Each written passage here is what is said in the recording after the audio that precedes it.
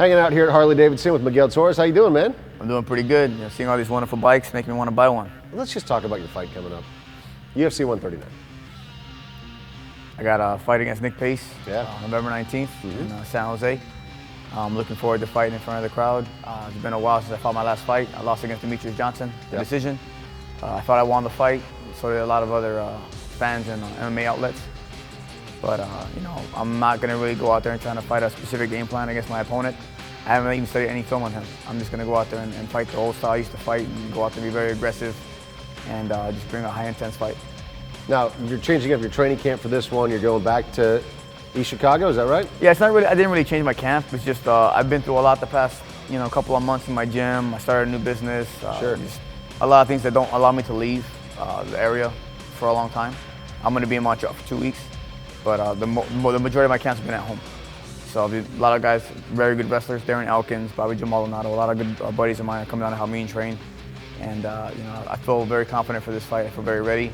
It's just the biggest thing that I'm looking forward to doing is just getting back to my roots. The guys up in Montreal, for us, the hobby, known for putting together good game plans and very specific game plans.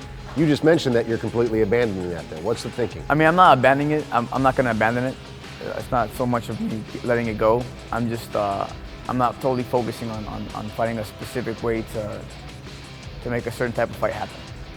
If I feel like I can be more aggressive and I can go out there and put the fight away, I'm going to do that. I'm not going to, sit back and coast and just play points. Do you feel like you need to go out there and be more aggressive to be the best Miguel Torres possible? No, I don't feel like I have to. It's in me to do that. And, I've been controlling that a lot, trying to fight smarter and fight safer. But there's a lot of times where I want to let that loose and just let it go.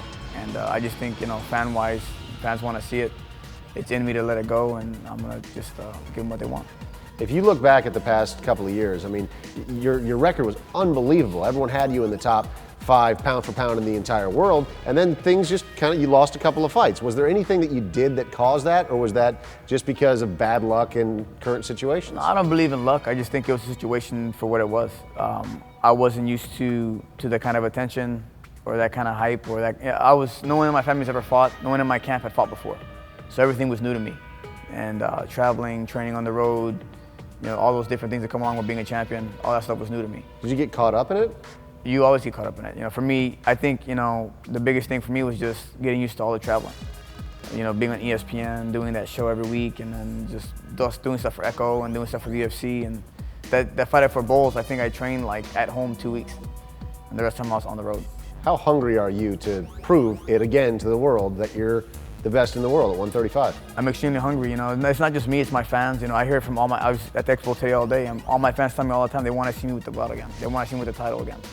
And I feel like I lost that title in a bad way, and I want to make it up in a bad way. There's wins and there's losses. No one can win forever. There's always somebody better out there, somebody more hungry, somebody that has, you're on the radar for a long time more than what you're looking at them. So as a fighter, I didn't feel bad to know I was going to come back and I was going to get better. But to know my friends, my family, to let down on my fans, that was the worst. That was like the worst hurt came from that, letting them know that I couldn't pull it out for them. Seems like you have a real connection with your fans. I do, 100% I do. I mean, I feel like my fans made my career what it is, my fans and my family. So when I win a fight, I win it for them. And when I lose a fight, I feel like I let them down. Harley Davidson's giving fans the opportunity to bring the UFC to their hometown with the Hometown Throwdown. What is it like when you're around people that are really supportive of you when the UFC rolls into Chicago in your case, very close to your hometown? It's the greatest feeling in the world. When you go out to a fight and you're in your hometown and everyone there is, cheering you on, and Bruce announces your name and everyone gets real crazy, it's an indescribable feeling. No amount of money, nothing can compensate for that. That's something that's indescribable.